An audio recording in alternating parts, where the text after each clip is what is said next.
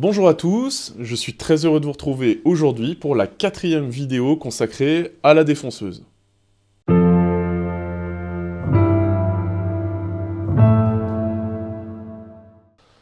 le voyez peut-être à l'arrière-plan, l'atelier est vraiment en désordre. Alors je suis en train de me fabriquer un établi en hêtre pour me permettre de travailler dans de meilleures conditions pour tout ce qui est travail à la main. Jusqu'à présent, je faisais un peu sur les machines, j'aime pas ça. Je faisais un peu comme ça, des fois par terre. J'étais vraiment pas bien, donc je suis en train de faire ça. Alors il y en a de partout. J'ai commencé mon débit, il y a des morceaux, des chutes, j'ai commencé le corroyage des plateaux. Enfin voilà, je vais essayer de me faire une petite place pour vous montrer tout ce qui est réglage de la défonceuse. Et pour ce qui est de l'établi, je vous ferai certainement une présentation en fin de fabrication. Revenons maintenant à notre sujet principal, la défonceuse. Donc comme beaucoup de machines à bois, comme la toupie, comme la mortaiseuse, ce sont des machines qu'on règle par tâtonnement, par essai-erreur. On va faire un premier réglage et on va affiner ce réglage de manière à ce qu'il soit le plus possible proche du tracé. Alors le tracé, c'est notre point de départ, c'est sur quoi on va s'appuyer pour faire un usinage de qualité. Donc autant dire que cette phase de traçage, elle a une importance capitale sur le résultat final. Il y a un dicton d'atelier qui dit quelque chose comme ça, celui qui trace en riant monte en pleurant. Voilà, ça veut tout dire. Qu'est-ce que ça implique pour nous? Ça implique qu'avant de passer à l'usinage définitif de nos pièces, de notre projet, on va passer par un temps de réglage sur des pièces martyrs. Alors un bout de MDF, une chute, n'importe quoi, ça fera l'affaire.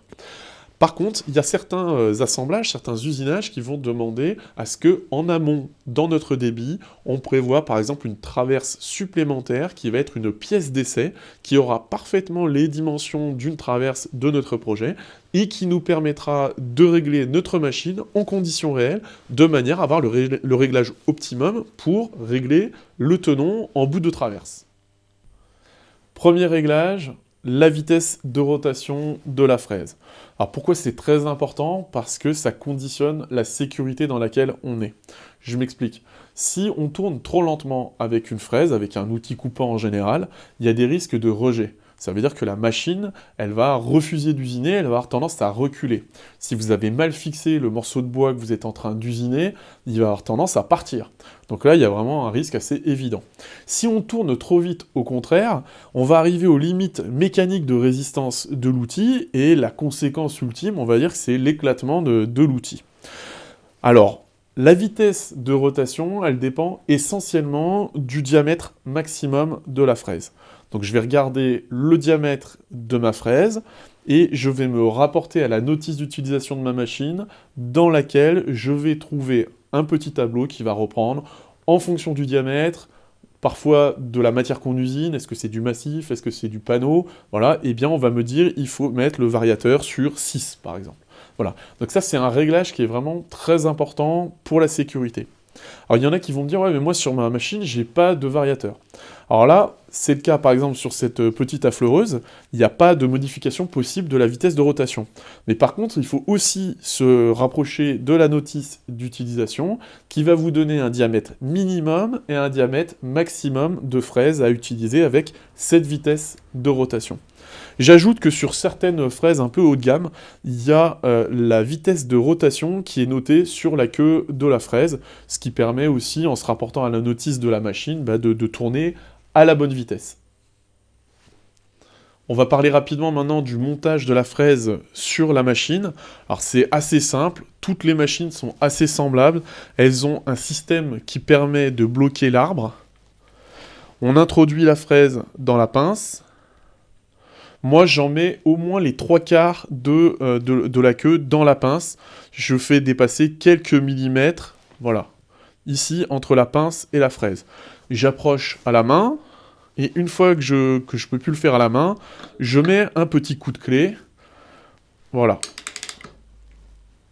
Ferme, mais pas trop, parce que si on serre trop, on va avoir tendance à détériorer la pince. Avec cette machine, c'est quasiment la même chose. Il y a un autre système qui permet de bloquer l'arbre. Je viens ici introduire ma fraise, toujours pareil, je laisse quelques millimètres. Je fais toujours bien attention à ce que le bout de la queue ne vienne pas taper contre le fond de la pince, parce que sinon ça va avoir tendance à bloquer la fraise dans la pince de la défonceuse, on va avoir beaucoup de mal à la démonter. Une fois que c'est fait, pareil, j'approche à la main, et quand c'est fait, je prends ma clé de service,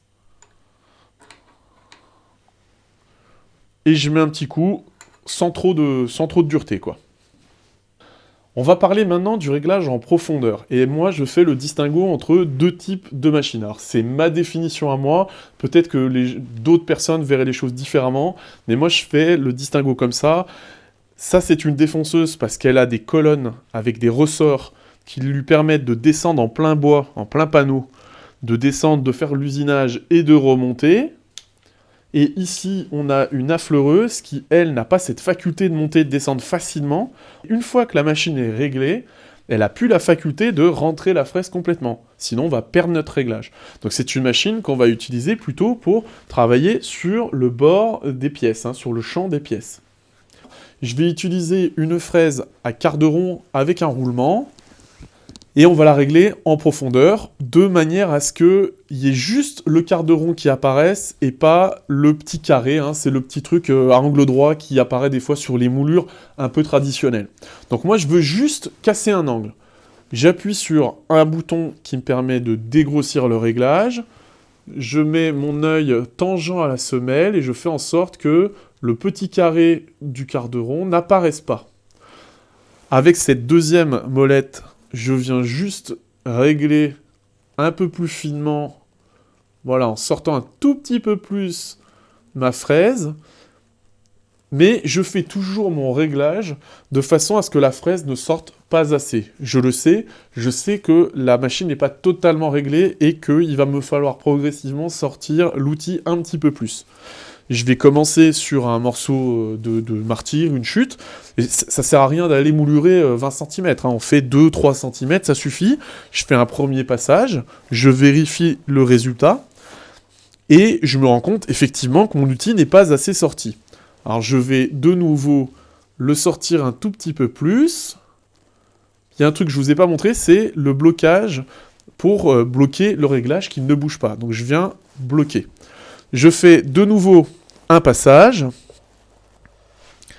et je vérifie. Là, je me rends compte que mon carré est un tout petit peu trop sorti. Je viens desserrer le blocage, je reviens un tout petit peu en arrière en rentrant un petit peu l'outil dans la semelle, et je viens bloquer de nouveau. Je vais usiner un petit peu plus loin, parce que là, je peux plus, je suis allé un petit peu trop loin en profondeur. Donc, il faut que j'usine un morceau qui est propre, quoi. Donc, je vais usiner un nouveau morceau, et je vérifie que mon réglage est correct. J'ai monté la fraise à quart de rond que j'avais sur la fleureuse sur ma défonceuse, et je vais essayer de réaliser le même travail, c'est-à-dire un quart de rond sur le champ d'une pièce en bois. Alors je vais commencer par exactement la même méthode, c'est-à-dire que je vais faire en sorte que le bord ici de la moulure affleure la semelle de ma défonceuse. Et je vais faire en sorte que ma moulure soit un tout petit peu trop rentrée, ma fraise soit un tout petit peu trop rentrée par rapport à la semelle. Donc je sais dans quel sens je vais aller. Je fais un premier usinage, et là, c'est normal, la moulure n'apparaît pas complètement. Maintenant, c'est ici qu'il y a une petite subtilité. Je vais me servir de la butée de profondeur pour faire déjà le 0. Le 0, ça veut dire quoi? Ça veut dire que, quelque part, j'enregistre le réglage que j'ai fait sur ma machine. Et comment je fais? C'est assez facile. Je viens ici, je me sers de la butée de profondeur, je viens débloquer le système, il vient se mettre en appui sur la butée en bas, ici. J'appuie assez fermement pour limiter les problèmes de jeu dans le dispositif, donc j'appuie bien en haut, voilà, et je viens serrer. Maintenant, je vais me servir de petits objets dont je connais précisément l'épaisseur. Moi, personnellement, je me sers de mes petites bagues de toupie, dont je me sers aussi pour régler la hauteur sur les outils de toupie, voilà. Donc c'est des petites bagues qui ont une épaisseur précise. je me sers de mon pied à coulisse et je peux comme ça les classer de la plus épaisse à la plus fine pour mettre ce qui va me manquer pour que ma moulure apparaisse complètement. Alors si vous n'avez pas de bague de toupie, c'est pas du tout grave. Il suffit de vous procurer en grande surface de bricolage un jeu de cale d'épaisseur de mécanicien. Hein, ça vaut pas grand chose, mais ça rend vraiment bien des services. Alors je me dis, voilà, ma défonceuse, mon réglage, il manque peut-être 3 dixièmes. Alors je vais chercher un objet qui fait 3 dixièmes. Je vais ici relâcher mon point 0. Je vais intercaler mon objet de 3 dixièmes entre la butée en bas et la butée de profondeur. J'appuie assez fermement, ici, et je viens presser, voilà, le blocage. Je peux enlever mon objet. Je viens desserrer mon blocage de profondeur, et je plonge un tout petit peu plus profond, eh bien, de l'épaisseur de l'objet. Vous l'aurez compris, je fais un autre passage ici, et je regarde si mon résultat est optimum.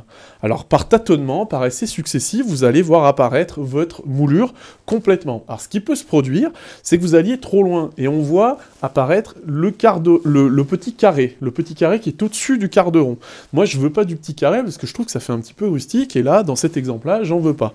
Alors si c'est juste griffé à la surface, personnellement, moi je laisse comme ça, je garde mon réglage.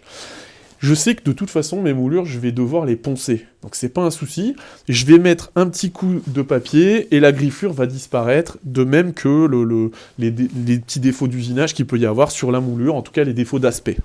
Voilà, c'est pas un souci. Si par contre vous avez vraiment dépassé, parce que à force d'essayer plusieurs fois, vous êtes un peu agacé, puis vous avez vraiment mis un objet assez gros là, 5 dixièmes d'un coup, et boum, le petit carré du quart de rond apparaît.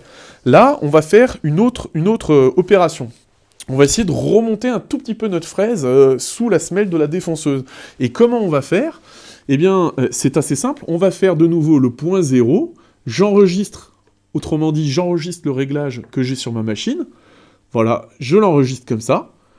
Je viens intercaler un objet dont je connais l'épaisseur, mais c'est tout empirique, hein, il faut essayer, quoi. Donc je pense que c'est ça qui va me permettre de faire disparaître mon petit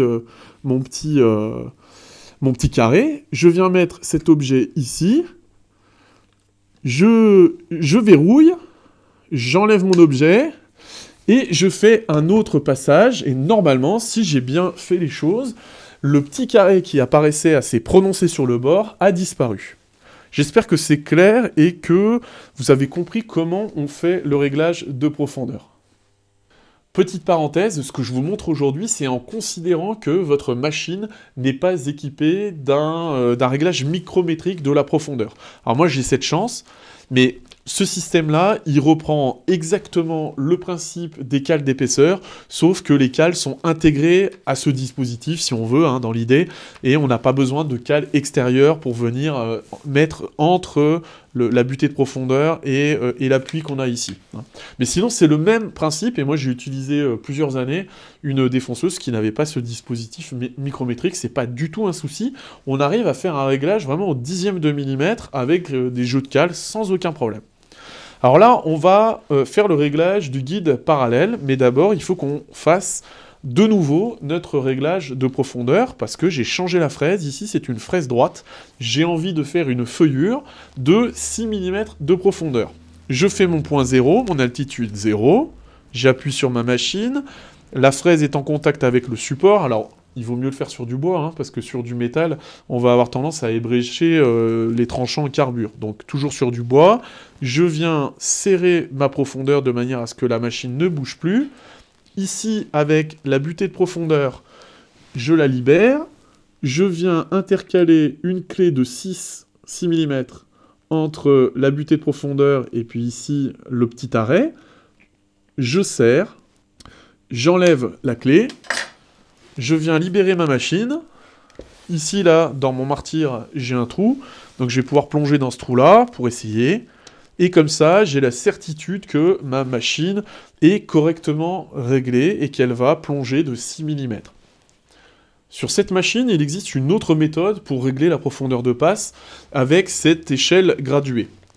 Alors qu'est-ce qu'on fait? On fait toujours notre point 0, les tranchants viennent en contact avec le support, on amène la jauge de profondeur en appui, on appuie toujours fermement pour éviter les jeux, et on fait, avec ce petit chariot, on le ramène sur 0. Maintenant, je prends ma tige par le haut, et je ramène la graduation du petit chariot sur 6 mm. Et je bloque fermement. Ici, on voit bien que les 6 mm, eh bien, ils existent bien. Je vais faire l'essai, et je peux plonger de 6 mm. Alors pourquoi c'est une méthode que j'utilise pas? Parce que je la trouve pas très précise, je préfère l'autre, et je la trouve pas forcément beaucoup plus rapide. Le réglage en profondeur, il est correct, donc maintenant on va passer au réglage du guide parallèle pour ajuster la largeur de notre feuillure. Alors, je vais baisser ma fraise presque en contact avec le support, je vais mettre en place mon guide parallèle, et puis je vais venir tangenter avec mon œil le tranchant de la fraise avec le tracé que j'ai réalisé. Donc je fais tourner un petit peu la fraise de manière à pouvoir être certain du passage du tranchant, de l'endroit où il va passer exactement. Une fois que c'est fait, je visse ici mon guide parallèle et je n'oublie pas de venir derrière pour serrer toutes les molettes qu'il y a à serrer. Et je vais réaliser un premier usinage pour vérifier que mon réglage est correct. Si ce n'est pas le cas, eh bien je viendrai de nouveau faire un nouveau réglage en utilisant les molettes. Il n'y a pas vraiment de solution miracle. D'ailleurs, c'est, je trouve, sur les réglages de base de la défonceuse, le réglage qui est un petit peu le plus délicat. Moi, j'ai pas de méthode particulière pour régler. En tout cas, tant qu'on n'a pas de réglage micrométrique du guide parallèle. Sur cette machine, j'ai la chance d'avoir un réglage micrométrique, ce qui me permet de régler assez finement le guide parallèle. Donc on dévisse ici, et puis après, avec cette molette-là, on fait reculer la défonceuse, ou on la fait avancer. Donc là, la feuillure sera plus large, et dans ce sens-là, la feuillure sera moins large. Si cette vidéo vous a plu, comme d'habitude, un pouce bleu, un commentaire, je me fais toujours un plaisir de répondre à vos questions. Si vous avez d'autres méthodes pour régler la défonceuse, eh bien je suis curieux de les connaître, donc si vous voulez le mettre en commentaire, ce sera avec beaucoup de plaisir aussi. Si vous pensez que cette série de vidéos, que cette vidéo mérite d'être plus vue, je vous invite à la partager sur vos réseaux sociaux, et je vous donne rendez-vous très bientôt pour une nouvelle vidéo consacrée encore une fois à la défonceuse.